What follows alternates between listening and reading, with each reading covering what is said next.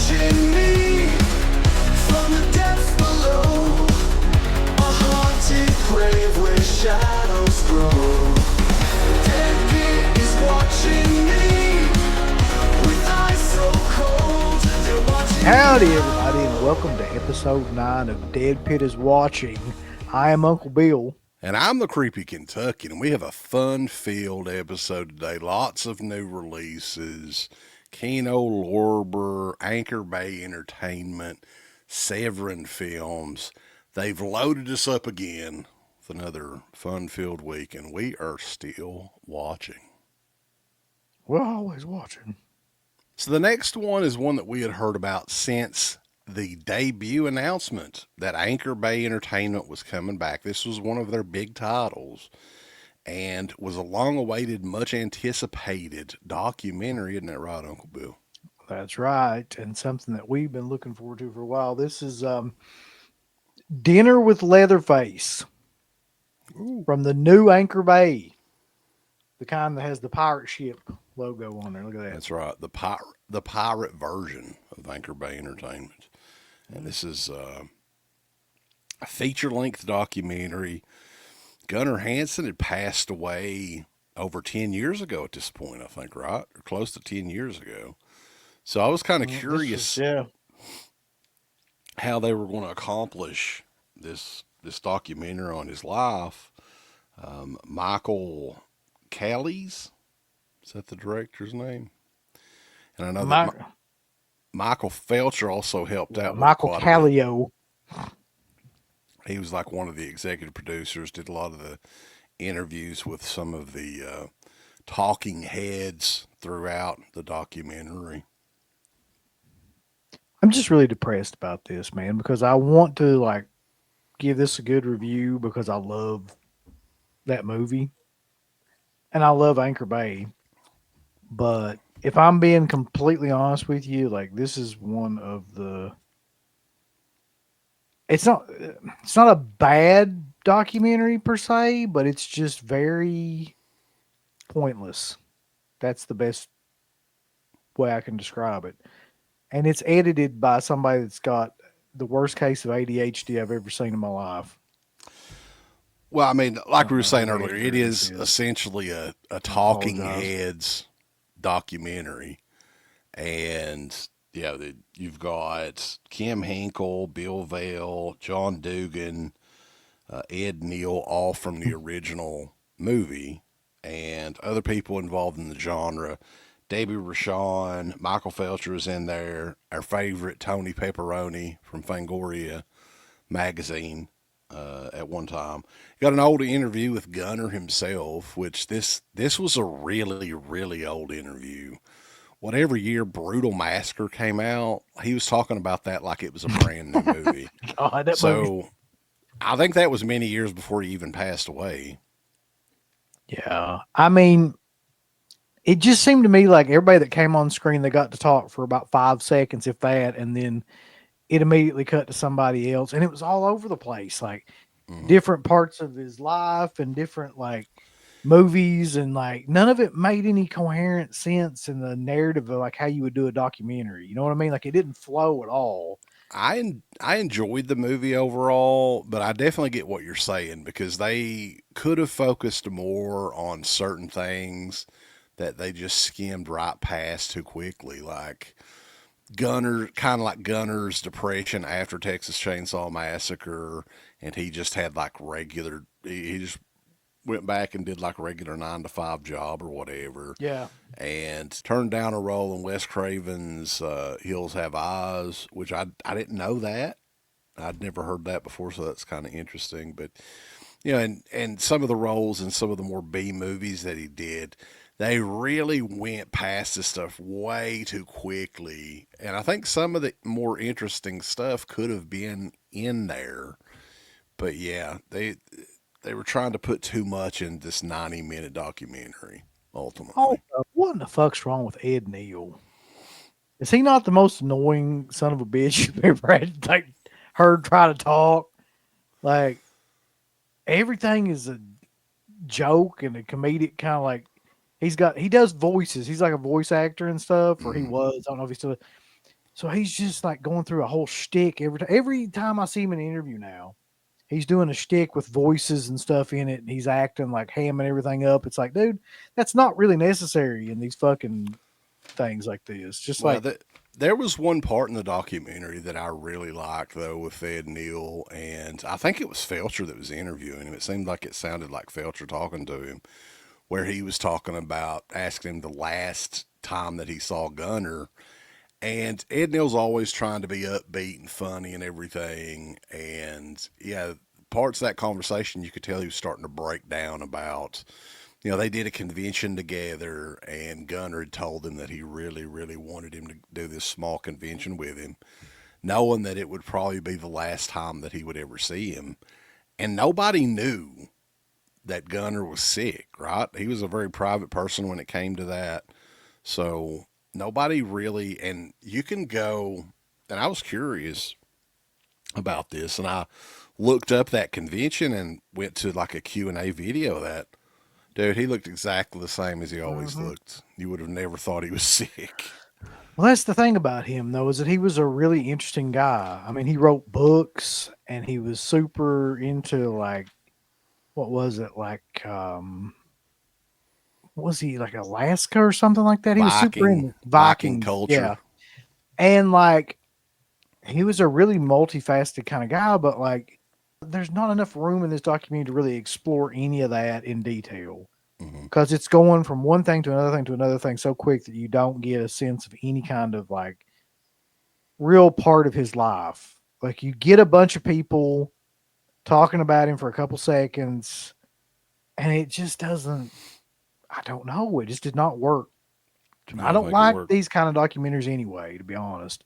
Like talking head, celebrity kind of documentaries. I don't Well, and it looks like a like that lot of them anyway. were But this done was, through like core conventions and stuff like that. Like it was obviously, yeah, which I mean, I guess that's a cheaper way to get to all these people without spending, a ton of money on travel and everything going out to them individually. yep, So I guess I can understand that. I enjoyed the documentary for what it was, but it definitely has issues.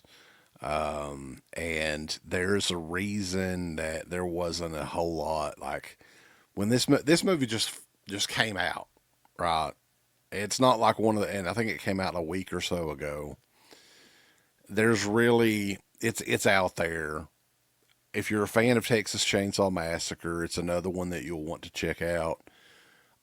And they do cover some of the B movie stuff with Gunner, Hollywood Chainsaw Hookers, Mosquito, yeah. stuff like that, which is kind of interesting. But I just wish they would have focused a little bit more on some of that stuff and possibly gotten some more interview footage from Gunner somehow. Because, yeah, that's like once I saw it was that old, I was like, holy shit, man, you're missing out on like what, a good 7 or 8 years Yeah. of his life that was after this. But it is what it is, I guess. Yeah. I mean, I don't know what else to say about it. Like, I don't want to down it too much, but like, it just wasn't what I was expecting. And it wasn't really for me, I guess. But there is a lot of special features on here. Audio commentary with the director and writer, extended interviews with Michael Felster, of course, that some bitch is in everything now. Yeah. Extended interview with filmmaker Jeff Burr, who's in this. Convention chat with Danielle Harris. Remember when she used to do those back before she was talking about her badge all the time? She used to go like around at conventions and ask like people that she knew, like celebrities. Did it on her Instagram or something. Yeah, Right? really kind of like interesting questions and things that nobody else would really ask them and stuff. And but now she's I She don't likes know. talking about butt plugs and stuff now. Yeah, that's so Southern. That's going well for her. So I guess that works out. People, Southern Hospitality Trailer and Tales of Gunnar Hansen. It is out on Anchor Bay Entertainment, and yeah, there's that. Dinner with Leatherface, boy. Showcase it right there. It's out Woo! now. Check it out. So the next one up, interestingly enough, and funny thing is, I don't know if we've ever really talked about these movies in any sort of detail. One of my favorite comedic actors of all time, for sure, is John Candy. And Keno Lorber and both of these are part of the Studio Classics line. We're going to go through both of them. Yeah. I was so excited, man, when I saw that they finally are bringing this one out on Blu-ray. This one is Life is a Beach, directed by Carl Reiner. It's Rob's papa. Summer Rental, which oddly enough was one of my go-tos as a kid. Like, this artwork is amazing. Yeah. Just brings me straight back to the 80s. And this movie always will remind me of vacations that I took as a kid with my mom and dad, and just some chaotic shit that would happen on vacation trips. And that's essentially what this movie is. I mean, John Candy is overworked. He takes a much needed vacation with his three kids and wife to a summer rental property for the month. And things, it gets into one problem after the other. He he goes in the wrong apartment complex and stays for a day or two. Right. He meets up with this local celebrity yacht champion or whatever. Richard Crenna is actually the actor that the guy from Rambo, for the people right, that, does a fantastic job in that role, playing that rich asshole yacht guy. yeah. And that's kind of like the only sort of central like plot, if there is, in the movie. Yeah. It's a very lighthearted, fun comedy. John Candy carries the entire movie on his shoulders. It's his. Interesting cast in this too, though. John Larroquette is briefly in the movie. You've got Carrie Green, who is also in the Goonies. The same She's the year. daughter. Yeah. Yeah, this was her second role. I think the Goonies was the introductory role. And yeah, man, I mean, this one is a lot of fun. Rip Torn is also in this. Scully, who helps him in the. It's weird because there's like a yacht race at the end that he's going up against. This asshole trying to win a free vacation or whatever it is. So, like, plot wise, like, it's probably not. Like, I guess I can understand how some people wouldn't totally like love it, because it's like, yeah, but at the same time, it's really, really fun. There's a great score in the movie. I think it's one of his most underrated movies, because you never really hear too many people reference Summer Rental, and I don't know why, man. I've always loved it. Well, it's interesting because it's exactly like The Great Outdoors in and of the fact of, like, it's just an excuse to put John Candy in a bunch of different situations where he can be funny, right? Like, that's mainly like the plot of those types of films. There's not really a plot per se, but they just put him in some like situations where he can like kind of carry the movie, like you were saying. And in this one, that happens to be, there's several kind of scenes with that, where he's down on the beach, and then there's the scene where he meets Rip Torn and all that. And the woman wants him to touch her breast. The woman wants him to, like, check the. Yeah. I always remember that scene too from when I was a kid. The dog locks him out of the rental when it's raining out. Yeah, there's just all kinds of crazy shit like that happens. This was before Great Outdoors. Maybe like National Lampoon's Vacation. They were trying to maybe take a cue from that. But I don't think I've ever seen a John Candy movie where he doesn't where he isn't instantly likable. I'll put it that way. And this is like no different. It is a great movie though. Like it is probably one of the most underrated ones he's ever done. Maybe because it came out when it did in 85, and there's so many great movies in 85. I don't know. Yeah. I mean, this is the first physical media release of this thing since the DVD, which I also have somewhere out there. I think that was a 588 special back in the day, but this is definitely the best release of Summer Rental that we are probably going to get. I mean, I'm sure 4K maybe down the line at some point, but not necessary really. And, Carl Reiner actually did some pretty killer movies himself back in the day. He was the one that did Summer School. Yeah. After this, and The Jerk, and The Man with Two Brains, and stuff. So, yeah, this is a great one though, man. Kino did a fantastic job in this. There's one particular scene that I definitely wanted to touch on that I didn't notice, and I looked into it, and I did save the clip, so we'll put that somewhere on here. But yeah, there is a scene where they overdubbed the baby girl's voice. And evidently there was some issue with the audio when they recorded that day. And Carrie Green was the one that did the dubbing on it. And it's like so fucking laughably bad.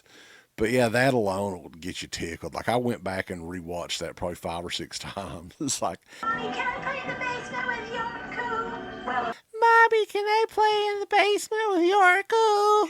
It reminds me like with those Italian films when they dub like the kids' voices and stuff. It's even worse, I think, than that. But there is some extra features on this, not a whole lot. You've got an audio commentary with film historian Joe Ramone, Joey Ramone. Ear Candy, the music of Summer Rental featurette, and a theatrical trailer. You just have basically the meat and potatoes here with Kino Lorber. That's all you need, really. Summer Rental, though, recently came out from Kino Lorber. It's part of the Studio Classics line. But if you're hungry for more candy balls, we've got you covered. So this movie is probably the movie that is most associated with John Candy to me because he's the title character and it's one of his more popular films.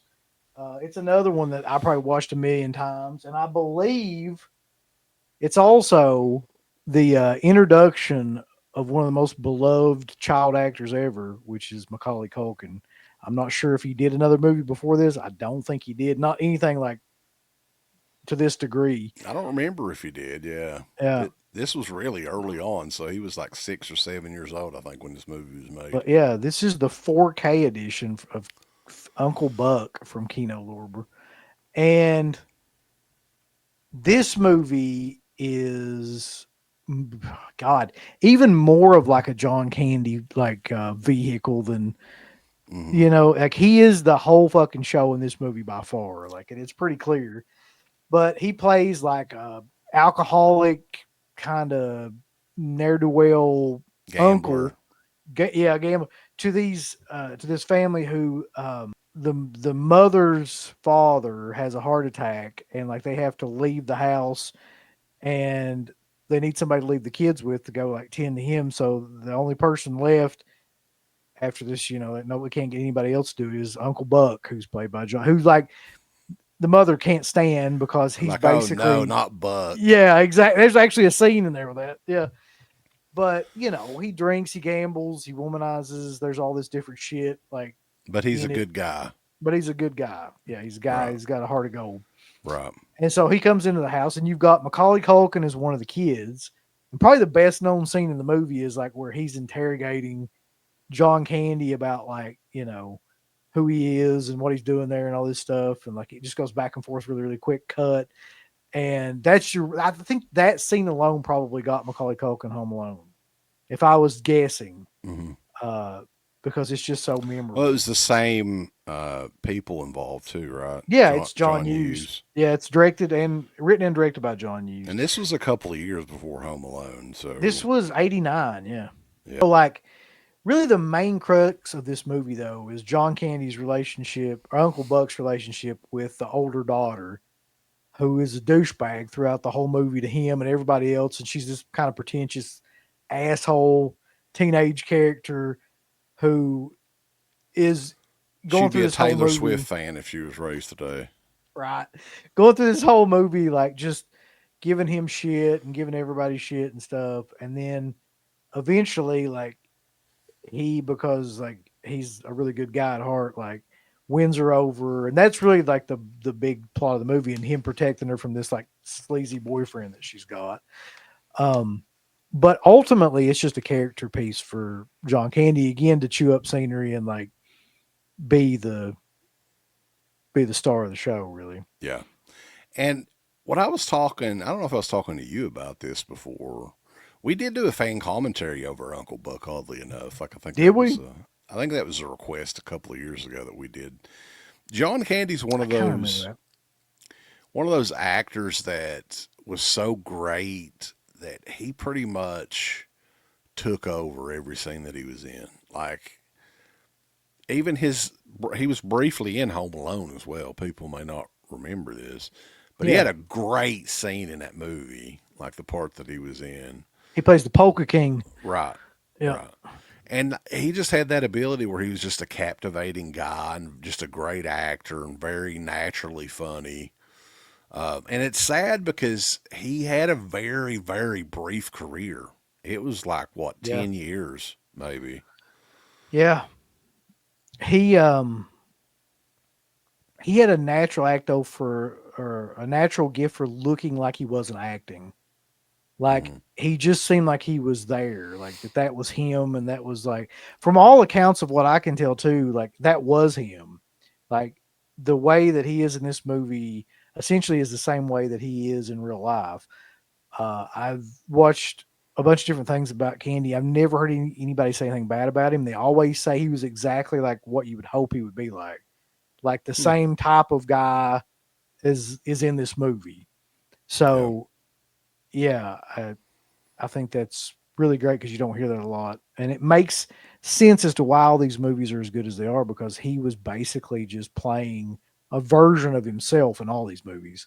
Like if you look at The Great Outdoors, you look at Summer Rental, you look at Uncle Buck, look at Only the Lonely even, or something like that. Like it's just maybe an accentuated version of him.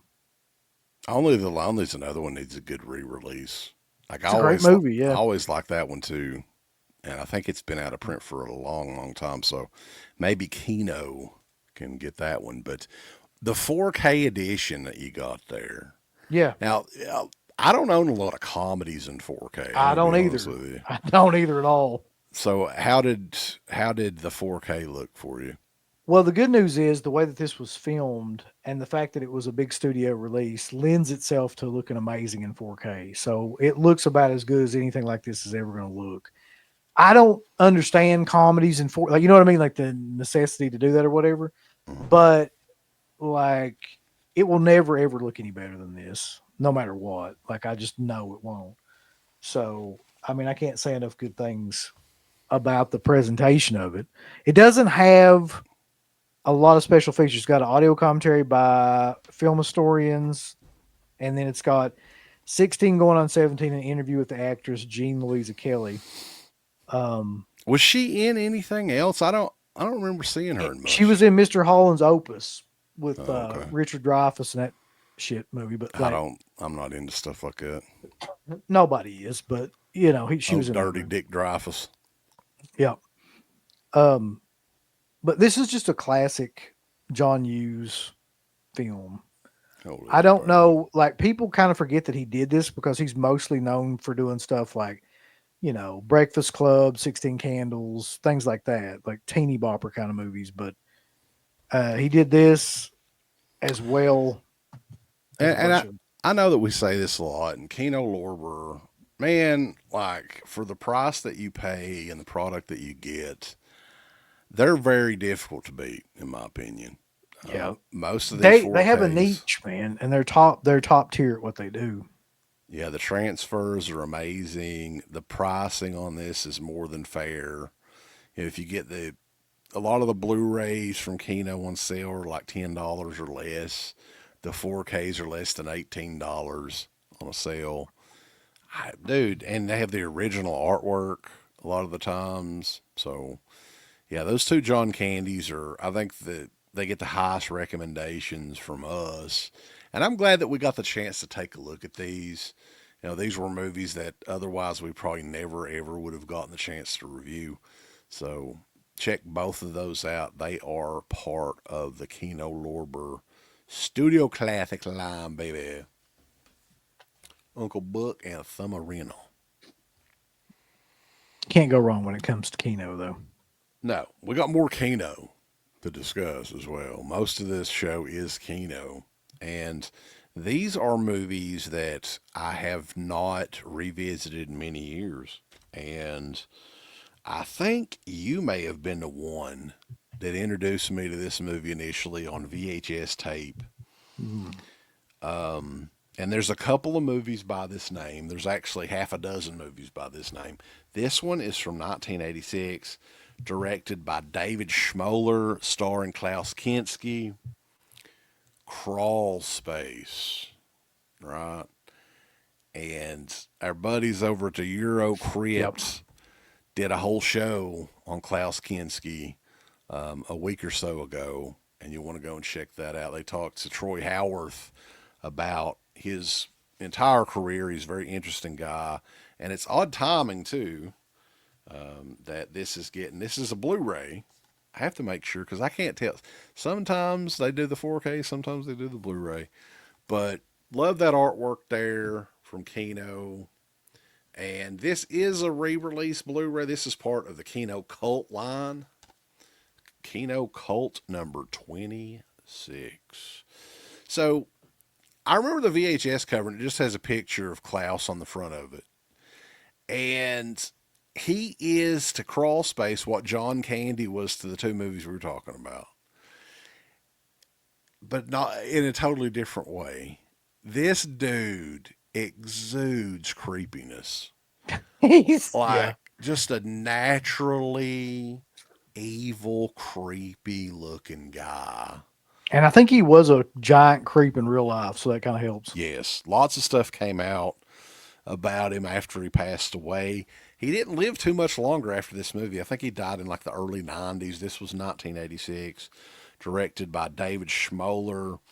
All-star cast and crew in this. Empire Pictures production. Charles Band produced it.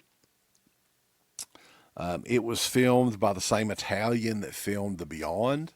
So it's actually a really well-made movie. It was well shot.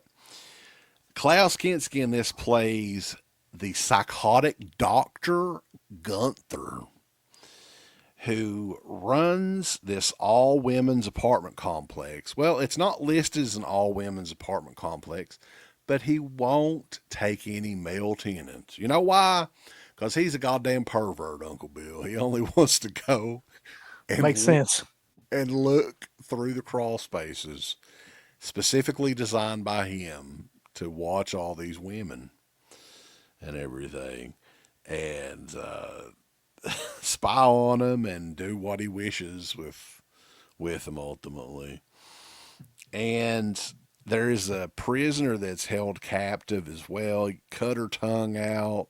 He's doing weird experiments with her. We don't know. There's torture devices and all this stuff. There's a scene in the movie where he's got a specially designed chair that a dagger flies up the ass end of the chair. And yeah, I couldn't think of a worse way to go than that. No, that's pretty fucking bad. Going 3 feet up your ass. Right, you know, like But yeah, he's an ex-Nazi, as he is in pretty much every fucking movie that Klaus Kinski is in. that's accurate. Yeah. Has a weird fascination with rats. He is addicted to killing. Like this is just I guess a weird character study that I don't know if it would work at all without Klaus Kinski, but I think it kind of works, man. Is it a great movie? No. Is it even a good movie? I don't know, but like his performance in this is fucking phenomenal. Like I think that it could have been way, way more than it was just because he was so great in it. But yeah, I don't know when the last time you saw this movie was, but God, I was kind of fascinated throughout it. It does remind me a little bit of the Italian horror movies now that I think about it.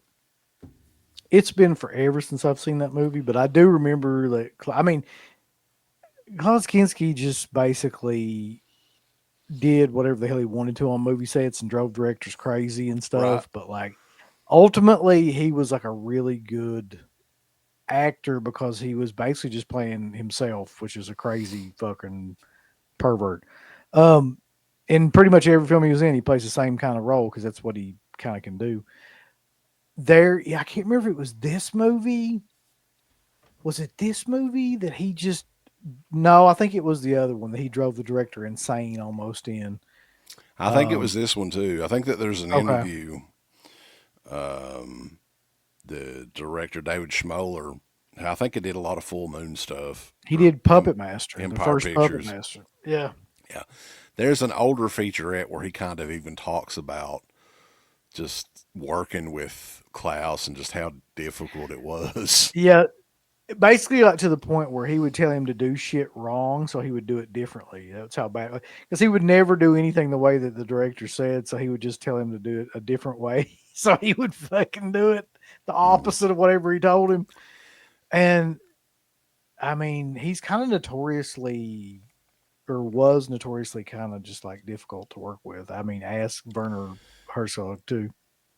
Yeah, I mean this is one. It's only a 80-minute movie. The transfer on this is phenomenal. There is a decent amount of extra features. I think it was ported over from, I believe, Shout Factory did the Blu-ray many years ago. They It did, does yeah. look like an updated transfer on it though, and it looks really, really great. It's part of the Kino Cult line. There are a couple of different audio commentaries on there.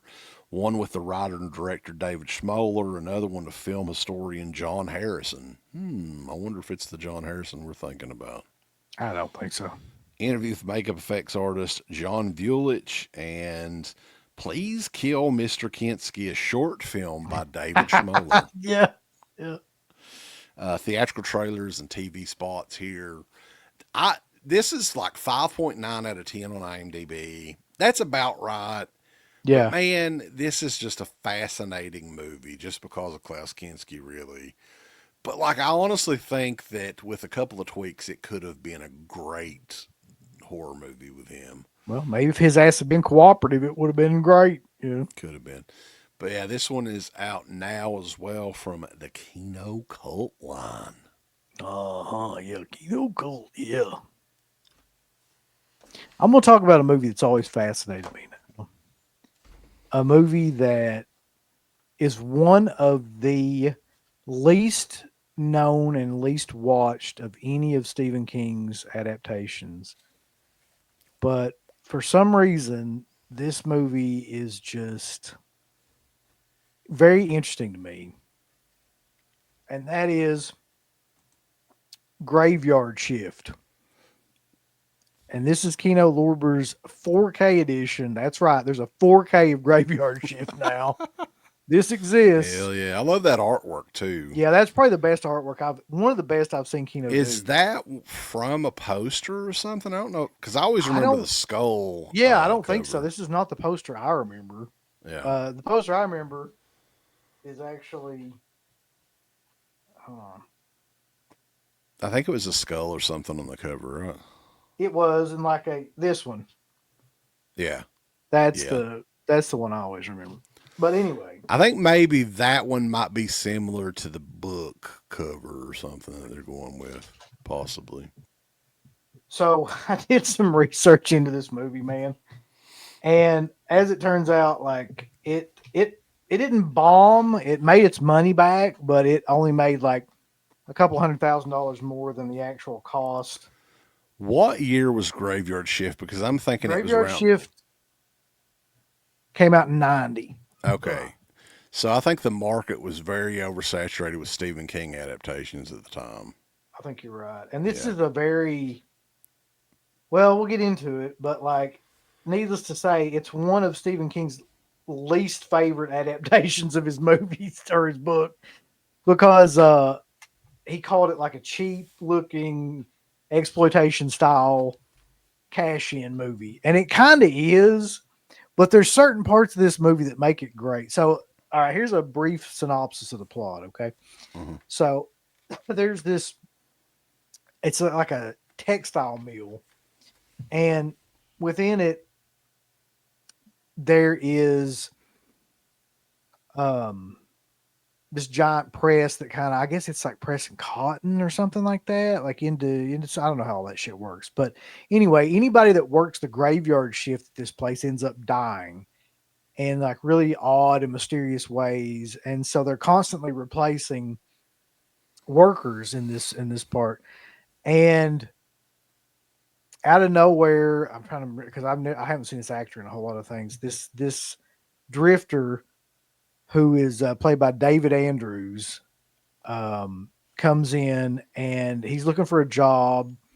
He's desperate, and he is hired to be like the new, after the old guy gets killed, the new kind of worker at this big textile mill for the graveyard shift.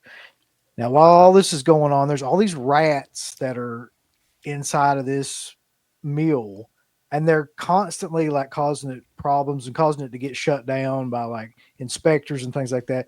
So the head guy that runs the place, his name is Warwick, who's played by the guy that's the fucking dad in the Monster Squad. Right, Stephen Mock. Stephen Mott, yeah. Who does great in this, man. Like, he's insanely good. He's got like, I think he's got an even better, like, or worse, depending on how you look at it, Maine accent than Fred Gwynn in Pet Sematary. It's like so over the top. It's Right. Because outstanding. I think he's from like New York or something, right? Yeah, I think so, yeah. Yeah. Well, his act, this is crazy, like over the top. Anyway, so he hires Brad Dourif's character, who's an exterminator, to get rid of all the rats. And like Brad Dourif is great. And you could like, he's one of those guys where like he could read the phone book and he'd be entertaining. Like anything Brad Dourif's in, he's great. So he's great. Brad Dourif's in a lot of like smaller roles around this time period too. Yeah. So you come to find out that this mill is built next to a graveyard. And they think that is where all this, like, these rats are originating from and multiplying from. So by the end of the movie, they all go down there and they're trying to like clean this place out and kill all these rats. Well, you come to find out there's a giant fucking like killer rat that looks like one of them rats from The Princess Bride, basically. Like, that's the best way I can describe it. That's killing all these people, and like it's like the king rat, and all these other rats are its little minions and shit. Uh-huh. And, you know, whatever, chaos ensues and everybody starts getting killed alien style, and that's just kind of how it goes. Yeah, I've seen this movie before, but it's one of those movies that it's almost like you completely forget about it, like after you watch it, right? It's instantly forgettable. And I've watched this movie, I don't know how many fucking times, man. And I think it's something about like the cast. You don't know anybody in the cast really. Like, there's nobody really like notable in the main cast except for Brad Dourif. And it all takes place in one or two places. So it's all like really forgettable. And it's one of those movies where I just cannot get it to stick in my head. Like nothing really great happens in it. Like, it's almost like a TV movie, right? I mean, it has that yes, feel to it. It's exactly like a TV. It's not horrible though. That's the thing. It's like a very average movie, but it's not at all memorable, and it's not like, the acting is good but not great. The plot is pretty horrible, and the execution is awful. That's probably the biggest problem. Like the way the film is executed and the way that they go from scene to scene is just not interesting. Our buddy Rambo is a big fan of this movie, isn't he? Yeah, I think so. And I mean, for the life of me, like, I don't know why he's that big of a fan of it. Right. It's a good movie, but like, I don't know. I wouldn't be a super fan of it or anything. Run of the mill 90s Yes. horror movie, kind of. Looks like a TV movie, very run of the mill, very like Storm of the Century, or what's another good like run of the mill, like Thinner, something like that. Stephen King Another one we're getting ready to review. adaptation. But let me tell you something though, man, about this though. This movie looks fucking phenomenal in 4K. I don't know why. Like, a movie like this, you really shouldn't, but it does. Like, so if you are a big fan, this is the version you definitely want. There's another re-release. Everything There's kinda a like- Blu-ray of this one before, pretty sure. Yeah, I'm pretty sure this is a port from, I believe it was Screen Factory again that released this. Interview with the directors on here, interview with the actor Stephen Mott, which is actually a really good interview. He actually talks a long time about this movie. Interview with actress Kelly Wolf, interview with actor Robert Allen Booth. And there's an audio commentary by Howard S. Berger on here. Why is he doing like all these fucking commentaries? Isn't he the guy from KMB? No, Howard S. Berger is Okay. like a film historian guy, I think. I keep thinking when I see that name, I'm like, Right. but Yeah, that's anyway. why he's got the S in his name. That way, So it's like Michael B. Jordan. Right. I feel like you have to have this movie though if you're like a Stephen King nut. Well, the artwork is striking too. Like I think that if it's in many stores, that people will just grab it based on that artwork. Yeah, that's Did a probably the best, Great some of the best job with that one. simple artwork I've seen that really encapsulates what this film is in like one image. So great job from Kino on it. It's a very, very 90s movie. I'll say that. And I guess it's the last Kino release that we're taking a look at this week. And it's another 90s horror movie that's right along the same lines as Graveyard Shift. And this is one that I had not seen in many years. From 1991, Jeff Fahey. Where does evil live? The heart, the mind, or the flesh? In body parts, baby. Body parts. It's in 4K UHD. The special features are on a separate Blu-ray. And one of the movies that Eric Red actually directed, who, of course, wrote The Hitcher, and what else did he do? Dude, he did a lot of stuff back in the 80s. Near Dark. I think he wrote Near Dark. Yeah. Yeah, this is one of the few ones that he directed. And this is like, I remember this movie. I've seen this movie numerous times. It's not a forgettable movie, but it's like, I don't think it's one that I ever really want to go back and rewatch. This is the first time that I'd seen it in probably 10 or 15 years. I didn't get the previous editions. This is an amazing 4K transfer on this. So if you are a fan of this movie, this is the best that this movie will ever look on home video. I can guarantee you that. The plot itself is pretty basic. Jeff Fahey is a psychologist, plays his name is Bill Cruikshank, who loses his arm in a car accident. And through this experimental surgery, he gets a brand new arm. Well, it's a cadaver arm. It's a used arm. It's new to him. Since he's gotten the new arm, his behavior's starting to change, Uncle Bill. Didn't they Slowly. do like, okay, which came first? This or the fucking, there's been so many times something like this has been done.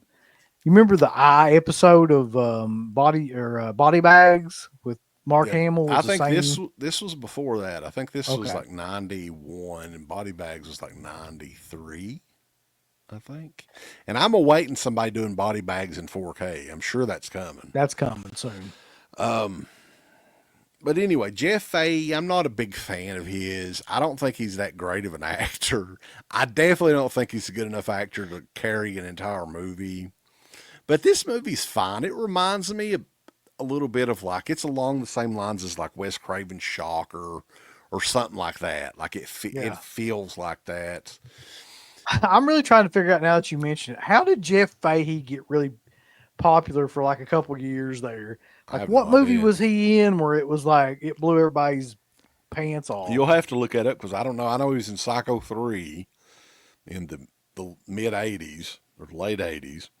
I mean, that was really one of his first roles looking on this. Anyway, he has like this Yeah. support group, and this is fucking hilarious too, where he finds these other guys. So that he finds out that the body part, his arm, is from a recently executed serial killer. Isn't that nice? that they just decide to piece out parts of this serial killer to these people. Like, there was one arm that was given to fucking Brad Dourif, right? There was another, both of his legs were given to this other dude that can now dunk a basketball or whatever. And that whole thing was stupid. Like, I can't believe they did that. But, so yeah, I mean, he strangles his wife, he backhands his kid, his family leaves him, all due to this arm. And he finds out that there's some sort of thing going on with the doctor that did the operation and the serial killer. Can I ask a question? Like, why would the arm have anything to do with, like, the arm doesn't have a mind of at the end of the day, though, they said that it was so that at the end of the movie they have this big contraption, like it reminded me of Uncle Anwar from Blood Diner, that had all of these brain in there, these different body parts attached in this pool or whatever. So she was somehow keeping all the organs alive for the serial killer, and his brain was alive. So I think that they were trying to say that the brain was still controlling the body parts of, the arm and the legs and all this shit. It was really kind of silly. So it's like the Mega Brain from Metroid controlling all the. Yeah, it turns Jeff Fahey into a total badass. He has a barroom brawl and beats the shit out of people in it. Yeah. I don't understand Jeff Fahey though. I don't either. And I don't know how that happened. Remember, he was in Grindhouse too. He was actually pretty good in Grindhouse. Like, he didn't have a big role in that though, did he? No, he was in it real briefly as like he owned that barbecue place or whatever in Planet Terror, but like he was fine in it. That was probably the best performance I ever saw him give, to be honest. Like everything else early on was kind of bad. This was a theatrical movie. I don't think it did too well. Very, I guess they were just, I don't know, this was 1991. There weren't a whole lot of horror movies that came out around this time period, but this one did in theaters. And Kino Lorber, this one's part of the Studio Classics line as well. They're doing it with Paramount. 4K UHD, loaded up with special features on this one too. I'm going to go through them. Audio commentary with the co-writer and director Eric Red, deleted footage with optional audio commentary, an interview with Eric Red, interview with the editor Anthony Redman, interview with actor Paul Ben Victor, an interview with Peter Murnick, still galleries, TV spots, radio spots, all that good stuff. The movie's okay. It's not one of my favorites. It's just very concerning why they thought Jeff Fahey could lead a movie. And his name is up front. Like, anybody's going to know who the fuck Jeff Fahey is. Well, for that, like I said, for that brief period in the 90s, like, remember The Lawnmower Man? You talk about a movie they could never do now, man. The Lawnmower Man. No, I'd like to forget it. The Lawnmower Man was like a mentally handicapped guy. That was the whole plot. That gets like, he gets really incredibly intelligent, but I can't remember exactly how. But like, you could never make that movie now, man. People would fucking shit and fall back in it if you tried. Was it Ronin Flicks that did the limited edition Blu-ray of Lawnmower Man 2, Job's Revenge, or yeah. That's so killer. Does that even have Jeff Fahey in it? This piece of shit. No, they couldn't even afford Jeff Fahey in Lawnmower Man 2. If you can't get Jeff Fahey, I think you should probably quit. Yeah. Yeah, there's something bad wrong if you can't get Jeff Fahey. Who do you get, like, if you can't get Jeff Fahey? Like, who's the next line down from that? Andrew Stevens. Andrew Stevens. That's right. But anyway, Body Parts in 4K UHD. It is out now. Check it out if you're a fan. This is 90s horror personified as well, for sure. I'm just surprised that it was out in theaters. Yeah. So what else we got? Anything, or is that it? Last one that I've got was recently released this past week from our good friends over at Severin Films. A lot of people were kind of bragging this movie up because how limited it was before to find. And man, I was looking for this. I don't know, maybe there was a DVD of this out before, but I couldn't find it. It's under many different titles. So this was a little difficult to search for, but I could not find this on anything else. Mask of Satan. This one is from 1989, directed by Lamberto Bava. Lamberto Bava. Wait a minute, man. I do. Yeah, never mind. And great artwork there. You've got a hot, big-breasted witch throughout most of the movie that showcases her breasts quite a bit. So I appreciate that. And this was Lamberto Bava's tribute to his dad's movie Black Sunday, but it has the feel of his other movies, you know, like Demons, and it has that mid to late 80s vibe to it. Now, this is in Italian. This was from a mini-series called Sabbath in Italy. And there was a series of movies that all revolved around witchcraft and witches and stuff like that. Italian TV, man, that must have been killer if you was a kid. You could see big old witch titties and everything else. Big old witch titty. Tig old bitch witties. So it starts off like modern day. The group of young adults, you know, early 20s, are skiing this slope, and they all fall into this crevice in the snow and get stuck. One of them breaks her leg. There's another one that ends up getting stabbed by a giant icicle or whatever and killed. And got some other goofballs in there that discover, and I don't know about you, Uncle Bill, but I don't think I'd do this. There was a corpse with a mask on her head, and they just play with it a little bit and take the mask off of the fucking corpse's head. And the corpse is this witch, Anubis. I think that's how you pronounce it. Anubis. Anubis the witch. Witches do this. And boys, you just don't take that mask. There's a reason they put that mask on that fucking witch. Right. Right. So from there, the witch is awakened. Everything you're saying sounds like a fucking King Diamond song. The witch is awakened. And there's like an earthquake, and it shakes things up in the nether world or whatever. Nether realm. And now the teens are walking.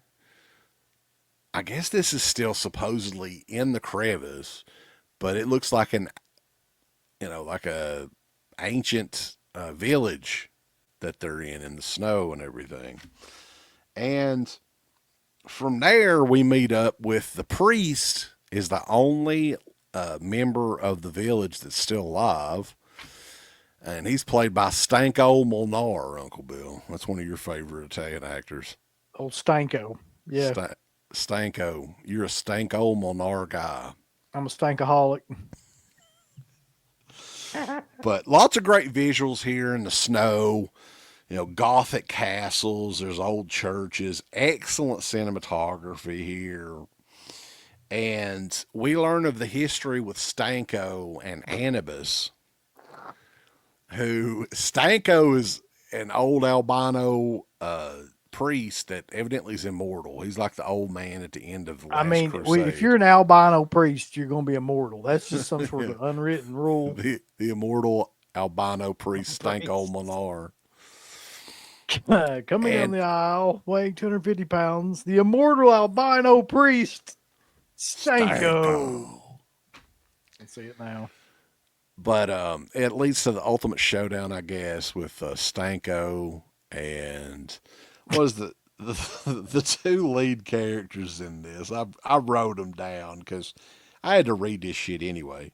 Like all of the teens get possessed by the spirit of Anubis, and there's only As one does, yeah. David and Sabina who are left, and they're all trying to escape her evil powers. And it kind of just goes from there. Also in this, Mikhail Suave is co-starring in this. He plays Bebo. Bebo. Come here, Bebo. Isn't that thing from that Mr. Cartoon? Bebo Hall. Bebo. There is, let me tell you something though. This girl that she plays a dual role of Sabina and Anubis. She has an amazing set of tits, man. Holy shit. Anubis. Jesus Christ. Which tits? These tits. I wrote on this, I was taking notes. Amazing Italian tits. She's got the tits of an Italian goddess. And this is another one too that, and it's known by many different names. They released it as Mask of Satan. It's also a loose sequel to the Demons movies as well. The Demon, man, that's a show in itself to try to dissect, and all the Demon sequels, because there's like 2 different Demons 5. There's Demons up to like part 9 or something like that. So this is somehow related to that as well. I feel like Lamberto Bava was just constantly trying to make the Demons movies over again. Like he found that one movie that really like clicked, and he just kept fucking trying to remake it. There's not a whole lot of gore in this. There is like Hounds of Hell in one scene where it actually looks more like dogs are eating like a watermelon or whatever. It's trying to look really gory and everything, but yeah, I don't know if that worked too well. No. I'll say this though, man. Like, if you're a fan of Italian horror and the other Lamberto Bava movies, this is a must watch. Like, this is just the only downside to this is it's in Italian and you have to read it.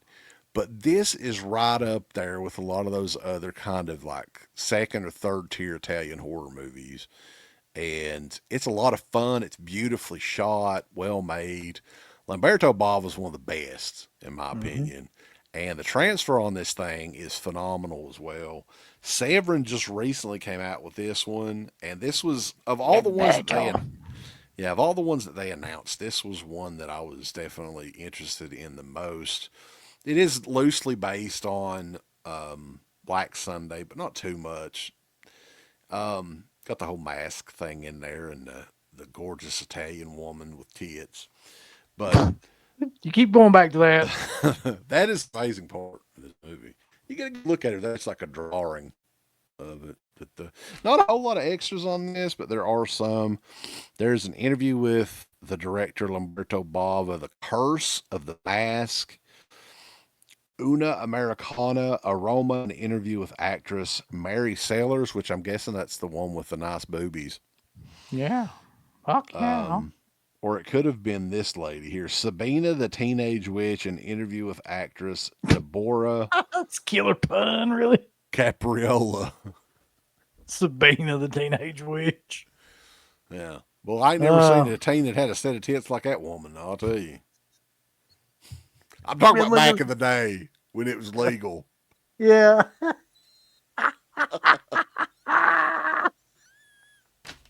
But fuck you.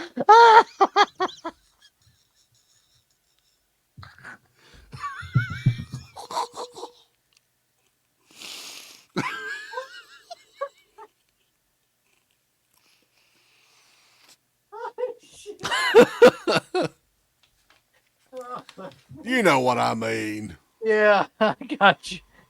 Yeah. You heard it here first. Oh, God. At any rate, I actually highly recommend this one. Now, is it the best Italian horror movie ever? No. But if you're a fan of these sort of movies and you haven't seen it, this is a must buy.